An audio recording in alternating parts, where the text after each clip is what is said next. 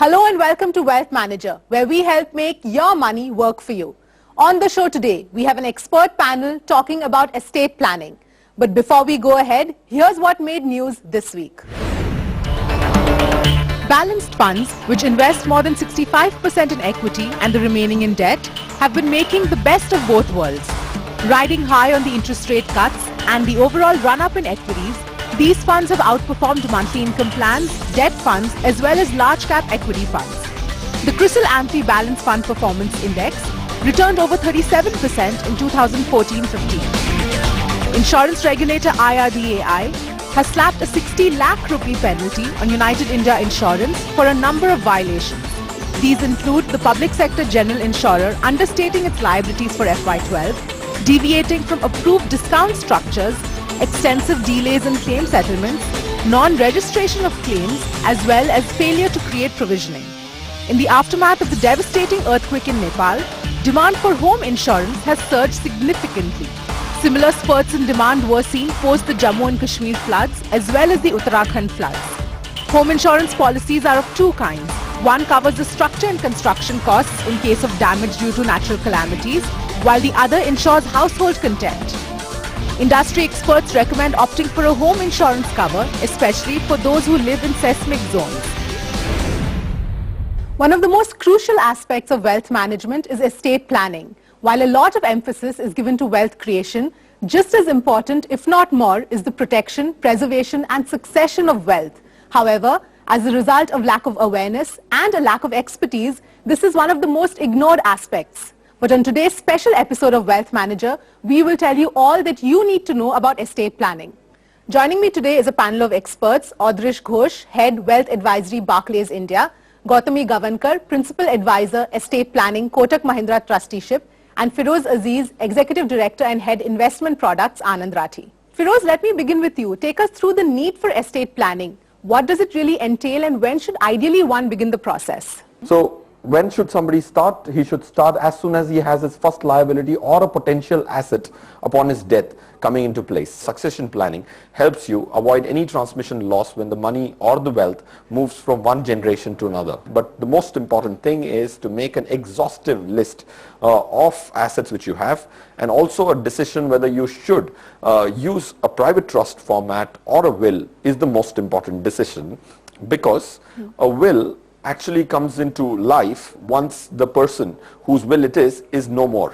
But a trust lives alongside with you over years, and its probability of being contested is lower. So I think that is a critical decision. What vehicle to use to create a succession plan is also a very important decision. Okay. Gautami, we've seen some high-profile disputes as far as inheritance, division of assets, etc. is concerned. How has all this changed the way estate management is viewed in India particularly? So I would like to start with answering the first question a little bit, because it's a continuation of how it has grown. So succession planning, or as it is called estate planning, is nothing but writing down how my wealth will devolve upon my family members post my demise. Now, because of the disputes which we have seen in a lot of high profile families, awareness has increased. People have thought that what if I don't write a will, what happens? What if I write a will and it is challenged, then what happens? Right. And because we've seen that even when there are high profile families supported by the best of lawyers, disputes have still become a part of their family aspects. Proposal in budget 2013 of estate duty on inheritance tax. Of course, it didn't go through, but what are the chances that something like that could actually come through, and how does one really safeguard themselves against something like that, the possibility of something like that happening in the future? So let's put it like this: most of your developed and developing countries have estate taxes, or it's called inheritance tax. Yes. US, UK has the estate taxes as high as 40%. Correct. With a nominal exemption of $5 million in US and something like a 325,000 pounds in UK, which are very nominal. And these countries also have gift taxes. Right. Now, India also had gift tax. India also had estate tax. India had wealth tax, which has been abolished just recently. Yes. So the question is, why should India not have an estate tax? It's something which can be looked upon, and there have been the various arguments why not and why yes. What can I do so the wealth is not in my name, yes, or it's not owned by me at the eventuality of my demise? So there has to be some kind of structures which one can think of putting in place. The structures which we look at, as the industry looks at, is a trust structure.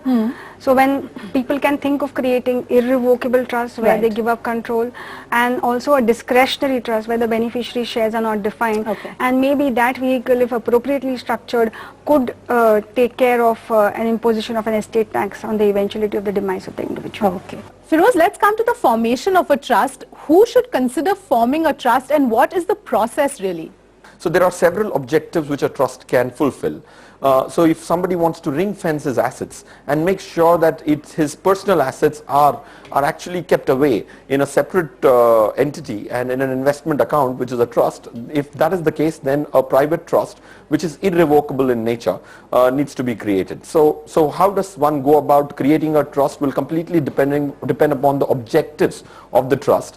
One objective, like I just mentioned, was ring fencing the assets. The other objective, which could be a clear and smooth transition of assets from one generation to the other, and the other third, or a very unique kind of an objective, could be if someone has probably a child who's not capable of taking care of himself, so you create a virtual parent in the form of a trust. There is a checklist of items one needs to decide before he goes into actually forming the trust. Who would be the managing trustee, who would be the second trustee, who would be the third trustee. Generally the number of trustees should be in odd numbers, so that if there is any dispute, then you have a majority possible, formation possible. He needs to understand the time frame of the trust. So there are about 5-6 elements which need to be decided, post which is when the structure formation as a draft, and then a couple of iterations to understand the objective being met by the structure formation is what somebody should do actually. Right. So Audrey, taking that point forward, appointing a trustee is probably one of the most crucial parts of building a trust. So a lot of people prefer to get their close family or friends sort of become trustees. So what are the pros and cons of appointing a family friend as a trustee or versus an institutional trustee? So, from a regulatory perspective or from legal perspective, in India, you don't have any requirement, that you need to have professional trustees or institutional trustees. So, one of the challenges that we've seen in the past is a lot of times the individuals who they appoint, they may be busy professionals in their own space, or they may not pay due attention or take due interest in running the affairs of the trust. While they may have the right intent or the interest, running a trust on a day-to-day basis itself is requires you to comply with a number of things, whether it's tax or the trust law and other things. So as an institutional trustee, the advantage is that you have continuity and longevity. Individuals that you deal with may come and go, but at least you don't have to worry about how the trust is run. And the institutional role as a fiduciary is obviously something that an institution who is in this particular space takes it seriously. Right, but in India, the concept of institutional trustees, is that something that's sort of picking up and evolving? So our experience, over the last 5 years, more than 5 years actually, has been that there's been a significant shift in the thought process where if the families, obviously they need to build comfort, with how the institutional trustee role is actually, worked out within the trust documentation. How are the family's wishes and thought processes taken care of when institutional acts as trustee? As long as it's structured appropriately and in a correct manner, I think we have seen, a good degree of acceptance. Another concept which is also picked up is some kind of a hybrid where you have a private trust company which is created by large families where you have family members as well as independent members as as on the board of that trust company. So that again lends continuity as well as degree of family ownership as well as independent membership in the trust board. All right, Adrish, hold that thought. Time now for a short break. We'll continue this conversation when we return.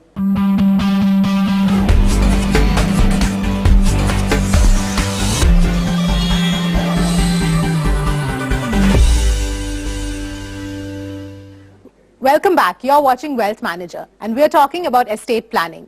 But before we go ahead, here's a quick check on how the markets did this week. Markets continue to be in a bear grip. Barring one session of recovery, it was a week of red on Dalal Street. For the week, both indices were down 1.5% each, while the Sensex closed just above the 27,000 mark at 27,011. The Nifty gave up 8,200 levels, closing at 8,181. The rupee also continued to be under pressure this week, trading around 63.5 to the dollar. I'm in conversation with Audrish Ghosh of Barclays, Gautami Gavankar of Kotak and Feroze Azeez of Anand Rathi. And we've been talking about estate planning. Gautami, let me come to you. Is it a good idea for one to keep one's investments in a joint name or keep the beneficiaries as a nominee to ensure ease of transfer?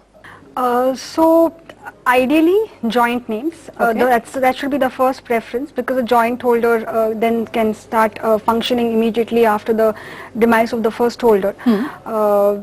Nominations, if joint holding is not possible for whatever reasons, then nominations should at least be there, Okay. so that at least the estate or the financial investments are not stuck for the want of probate in the cities where you need probate. So nomination should also be there. When it comes to company shareholding, there have been some recent judgments, so one has to be very clear that one should attempt that the nomination and the legal heir is not a different person. Okay. Because that, if you have a differentiation between the nominee and the actual legal heir, what you've written down in the will, it can lead to disputes and complexities can arise. So try and ensure that the nominee is also your legal heir. Feroze, how important is it really to register a will? I think it's very important to register a will, because the possibility of a dispute and a will getting challenged, I think especially when the assets written in the will are substantial, is very high. So registering a will, I think, is a half day's job at the sub-registrar's office, and the cost of actually registering a will is very minuscule. So I personally always suggest that a will should not just be witnessed but also registered to make sure that the probability of dispute, or in case of a dispute also, there is authenticity of the will is not a point of dispute. I think registering a will is very critical. Right. Audrish, can a properly executed and registered will be contested in court, and if so, on what grounds? A lot of times we've seen in India that contesting of a will is more of a nuisance, more from a nuisance value perspective rather than, maybe a larger intent to actually contest the will. But yes, I mean, there's nothing stopping somebody from doing so. But as long as you've taken adequate safeguards when you're drafting and registering a will, I think you stand on a good footing as far as ensuring that the right will is finally implemented and probated. Right. So Feroze, what are the main things to keep in mind to ensure that your will is watertight? See, I personally think, like we've discussed, to make it watertight and not airtight, you need to make sure that there is an executor. It's always advisable to have an executor of the will. I think that's one primary thing. There has to be absolute synchronization between your nomination and your will. So to make sure that it is watertight, the third thing which you should do is there should be an explicit mention of all the assets of an individual. Generally, you see at least 20-30% of the assets are not being covered in most of the wills being written. So I think that's the third point. Okay. The fourth point is, as and when there are changes in the family, for example, a birth or a death of one of the beneficiaries, I think legatees as they call, there has to be an amendment to the will. Gautami, what happens if one dies intestate? I mean, without creating a will? In India, I think there are a number of laws, 45 if I'm not wrong, that sort of come into effect if that happens. Depending upon the religion that you belong to, there are laws. Very broadly speaking, if a male Hindu dies intestate, the property gets divided equally between the mother, the wife and the kids in equal proportions. So it is not that it is impossible to divide the property. One can, there are many families or many clans that I've heard of saying that it is going to go to my wife and my children in equal proportions. So why should I need a will? Right. So it is a good thought to have, but when you want to have some kind of an unequal distribution, when you want to have specific properties going to specific legatees, when you want to make certain provisions for certain other family members or certain other people that you would want to cater to, if you want to do charities, so best not to leave such things unattended and ensure that there is a proper So will if that does happen, then the religion comes into play and the laws that the religion that you belong to come into play. Correct. And then it's a question of proving that this person was only a nominee and it's an intestate succession. They go obtain letters of administration from the courts and take it forward in that way. Okay. Adarsh, the other question I had was the laws with respect to NRIs. So, for example, if somebody is living abroad and end up with inheritance in India, or if somebody ends up with, who's again living abroad and ends up with an asset that's Indian-based, what kind of laws come into play then? So, you know, the law, one is of course where is the person domiciled, that becomes very important. You know, the primary will be based on, you know, where the person is domiciled, unless, so we've seen a lot of, you know, families who have this dual, you know, jurisdiction for assets. And one of the, you know, advices that they typically get is to have a separate will, you know, for the Indian assets, because, you know, under their local jurisdiction it must maybe more complex, because then the courts there will order, you know, somebody locally to be appointed to, and the entire mother will, or as you may call, at the domicile, the place of domicile of that particular individual may get delayed because of a delay in the Indian will being executed.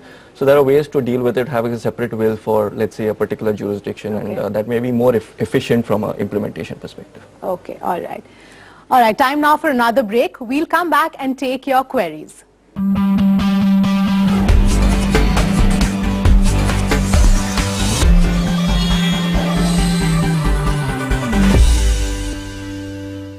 Welcome back. You're watching Wealth Manager and we're talking about estate planning. Time now to take your questions. The first question comes in from Pritesh. He wants to know what format should one use to create a will. Are there any standard formats and how does one access them? Feroze, your thoughts on that? Are there any standardized formats really available for creating a will? Yes, there are, but I think will is a very, very simple document. Ideally, those formats are just to make sure that you don't miss out on any of the assets which you possess. So they're basically a format which actually reminds you of different kinds of assets which can actually be a part of the will. So basically, that's not as important. Standard format is not very critical. What is very critical is laying down all your willingness in the most clear fashion, in a very exhaustive way where you cover all the assets. But yeah, if you actually want formats to actually simplify stuff for you, then I think there are some online available websites which actually help you create a will at a very reasonable price, because if your assets are not too much and you actually don't want to spend too much of money creating a will, then hiring a lawyer for yourself could be a little expensive affair. But there are websites which actually provide for formats and help you actually create a will for as small an amount as 500 rupees. Second question comes in from Ranjani. She says, my father died intestate. My brother has taken charge of all the property and gives me and our mother meager handouts from time to time. And he is unwilling to give up control. What is my legal standing and what can I do? Gautami, what is your advice in this case? I know you would probably require much more details, but on a broad basis? This is exactly what we discussed like a minute back. This is a situation where he's died intestate and maybe the brother was the joint holder or the nominee, and that's how the assets are all in his name. So try and settle amicably, because once you get into the court, it could be a long process. Okay. But if that's not happening, then the only option is going to the court and seeking for getting a letters of administration issued to ensure that all the legal heirs are recognized and a compulsory division of property is ordered by the court, so that the brother is then... But doesn't that automatically happen? I mean, in such a case, it's a brother-sister, so isn't there automatically an equal division of assets if there is no will in place? There's mother as well, right? Right, there's mother. So it has to go to mother, daughter and the son equally. And if the brother is not giving it, then the only option, I guess, which the family will have is to go to the court and get it enforced to the court of law. All right, let's move on to our third query, which comes in from Ravi. He says that we are two brothers. My father passed away 10 years ago and his will said that the house would come to me and an equal value of shares to my brother. And this was agreed upon by all. Recently, I decided to sell the house. My lawyer said that I would need signatures of all siblings stating that they had no claim on the house. The house has more than doubled in value, and my brother is now refusing to sign, saying he wants a chunk of the amount since he did not benefit from the increased value of the house. Adarsh, can he really do that? You know, the process through which the house moved to the son is not clear or clean. Then probably those are the grounds based on which the brother is, you know, the lawyer has suggested that you take an NOC from the brother. Of course, more facts are needed, but I think the lesson is that it's important to ensure that, you know, the process of probate, those formalities are clearly followed. And of course, to avoid such situations, maybe one could have considered a trust structure in the first place. Right. But is there any claim that can be staked by the brother in such a case? I mean, considering the value of the house is as per the market value. That's right. So if the will clearly says that the house goes to one son and the rest of the assets of equivalent value go to another, and if that has been implemented, then I don't think so there is. Right. So actually that brings me to one more question which I had. When there is a will, why is it necessary for other siblings to sign off? Isn't it automatically assumed that the will says that this house belongs to me, so I don't need to get my siblings to sign off saying that they have no claim? Why is that important? Correct. So a lot of times, it's right. I mean, you don't need to really get an NOC, but when it actually a transaction has to happen, in terms of a lot of times purchasers to ensure that tomorrow there's no litigation and they get a clean title, insist on something like this. Finally, when it comes to estate planning, what would your key pieces of advice be? I'm going to ask all of you. Feroze, let me start with you. See, when it comes to estate planning, the key perception which people have is, I don't have enough assets to make an estate plan. But yeah, it's not necessary that you have assets today. Even if you have liabilities and an insurance cover, in case of your demise, the money needs to be preserved until your goals have actually arrived. So create an estate plan irrespective of what is the quantum of assets. That's one piece of advice, because most of the people we speak to actually think that I'm not rich enough to make a will or create a trust. So that's a misconception. I think that's what needs to be addressed in people's mind. I think that's one piece of advice. Gautami, what about you? What would you say are the most important things that one should be aware about? One is very clearly the family or the patriarch needs to know what is the objective of creation of the trust, or what is it that the person wants to achieve by laying down a proper succession plan. So if it's ring fencing assets and estate duty protection, one would want to then recommend the trust structure. If it is consolidation of assets and just laying down a plan, and I don't have complex asset classes, I don't have a lot of children, one may